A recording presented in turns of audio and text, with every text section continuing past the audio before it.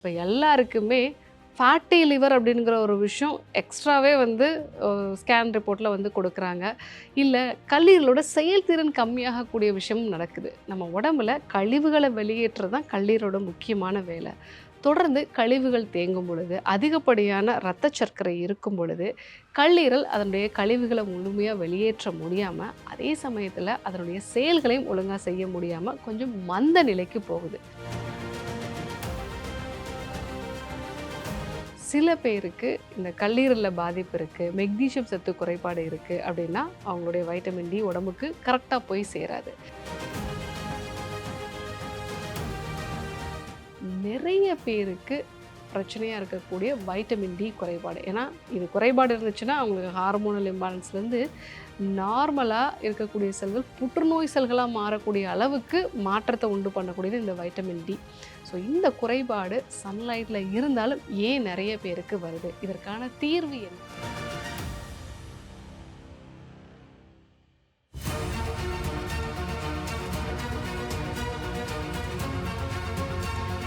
Doctor Srivarma's அழகும் ஆரோக்கியமும்.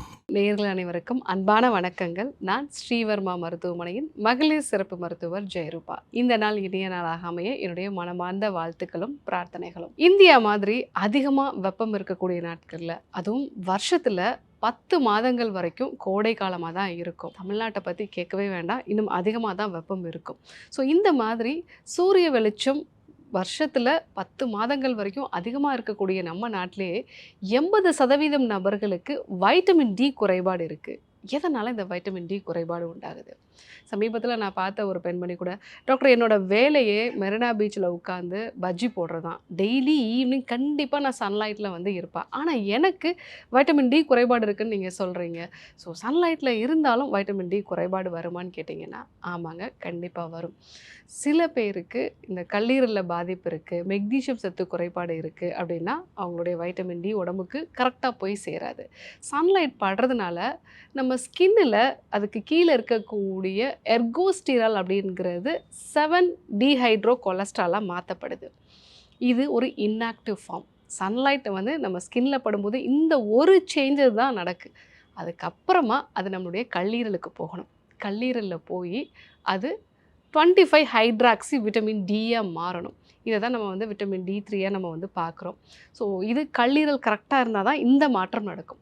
அடுத்ததாக இன்னும் இது வந்து ஆக்டிவான ஃபார்மாக மாறுறதுக்கு சிறுநீரகங்களுக்கு போகணும். சிறுநீரகங்களில் 125 ஹைட்ராக்சி விட்டமின் D3 மாறணும். இதான் வந்து கால்சிட்ரால் நம்ம சொல்லுவோம், ஆக்டிவ் ஃபார்ம். இந்த ஃபார்ம் கரெக்டாக வந்தால் தான் உங்கள் உடம்புக்கு தேவையான அந்த வைட்டமின் டி வந்து கிடைக்கும். ஸோ உங்கள் உடம்பால் யூஸ் பண்ணக்கூடிய அந்த ஃபார்மில் உங்களுக்கு விட்டமின் டி கிடைக்கும். கல்லீரலில் பாதிப்போ இல்லை சிறுநீரகங்களில் பாதிப்போ இருந்துச்சு அப்படின்னா உங்களுக்கு வைட்டமின் டி குறைபாடு வந்து வரும். எதனாலலாம் வைட்டமின் டி குறைபாடு வருது? மிக முக்கியமான ஒரு காரணம் அப்படின்னு பார்த்தீங்கன்னா, இந்தியர்களை பொறுத்த வரைக்கும் நம்ம ஸ்கின் வந்து கொஞ்சம் டார்க் ஸ்கின்னாக இருக்கும். ஒரு வெள்ளைக்காரருக்கு 10 நிமிஷம் சூரிய வெளிச்சத்தில் நின்னாலே அவருக்கு தேவையான அந்த வைட்டமின் டி கிடச்சிரும். ஆனால் நமக்கு ஒரு அரை மணி நேரமாவது வந்து நிற்க வேண்டியிருக்கும். இன்னும் டார்க் ஸ்கின்னாக இருந்ததுன்னா எக்ஸ்ட்ரா டைம் வந்து எடுத்துக்கும். ஸோ ஸ்கின்னு டார்க்காக இருக்கிறதுனால நம்ம எக்ஸ்போஸ் ஆக வேண்டிய டைமும் அதிகமாக வந்து இருக்குது. ஸோ அதனால தான் நிறைய பேருக்கு விட்டமின் டி குறைபாடு இருக்குது. ரெண்டாவது, காட்டில் நிறைய மாசு வந்து இப்போ அதிகமாகிடுச்சு. ஸோ அதனால் அல்ட்ரா வயலட் பி ரேஸ் வந்து நமக்கு கரெக்டாக கிடைக்கிறது இல்லை. ஸோ அந்த பி ரேஸ் கிடைச்சா தான் நமக்கு அது வைட்டமின் டியாக வந்து கன்வெர்ட் ஆகும். அதனால தான் இன்றைக்கி நிறைய பேருக்கு விட்டமின் டி குறைபாடு இருக்குது. மூணாவதாக, இப்போ எல்லாருக்குமே ஃபேட்டி லிவர் அப்படிங்கிற ஒரு விஷயம் எக்ஸ்ட்ராவே வந்து ஸ்கேன் ரிப்போர்ட்டில் வந்து கொடுக்குறாங்க. இல்லை கல்லீரலோட செயல்திறன் கம்மியாகக்கூடிய விஷயமும் நடக்குது. நம்ம உடம்புல கழிவுகளை வெளியேற்றுறது தான் கல்லீரலோட முக்கியமான வேலை.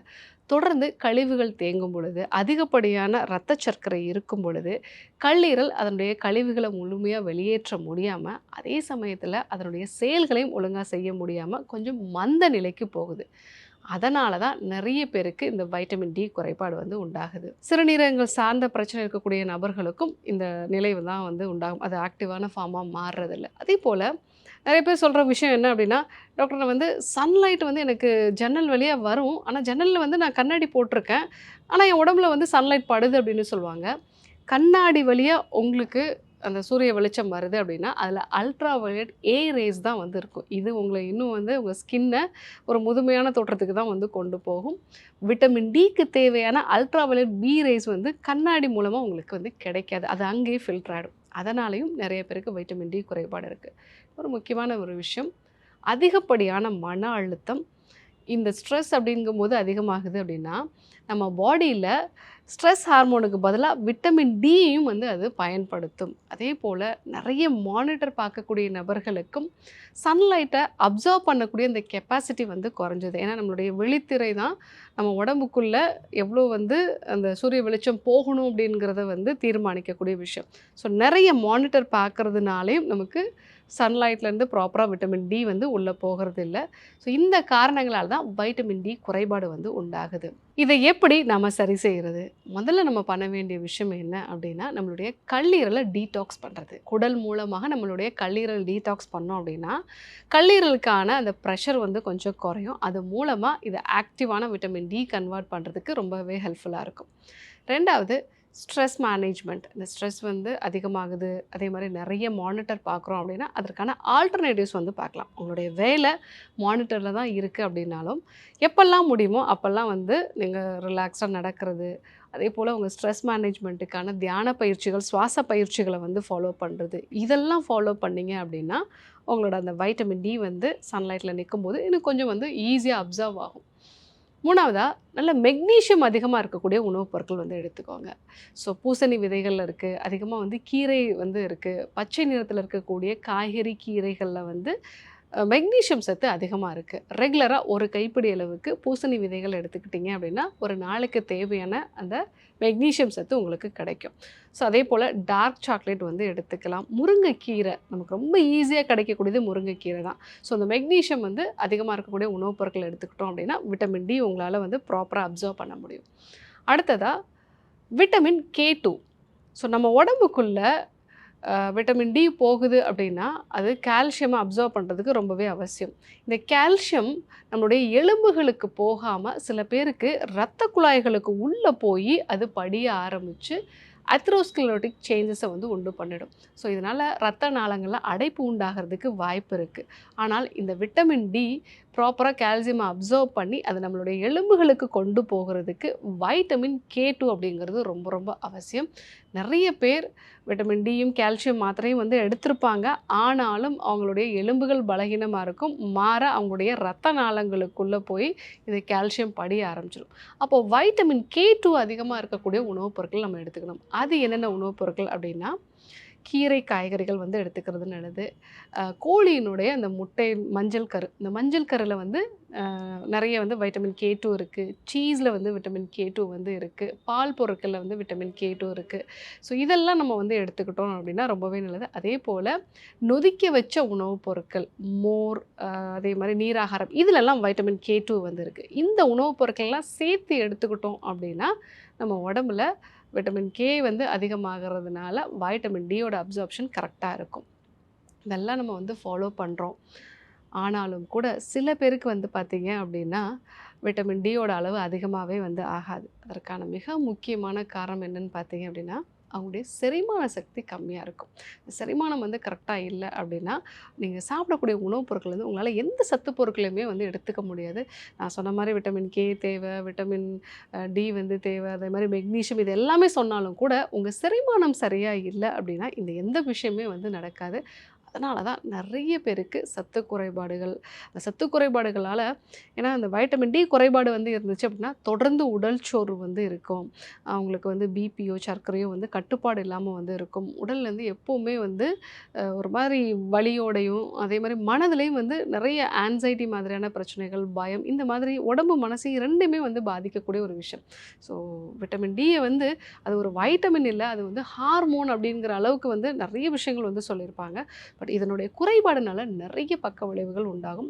மெயினாக உங்களுடைய செரிமான சக்தி கம்மியாக இருந்தது, உங்கள் குடல் ஆரோக்கியமாக இல்லைன்னா இந்த பிரச்சனைகள் அதிகமாகும். ஸோ அப்போது ஒரு முறை நீங்கள் டீடாக்ஸ் வந்து எடுத்துகிட்டு இந்த விஷயங்கள்லாம் ஃபாலோ பண்ணணும்.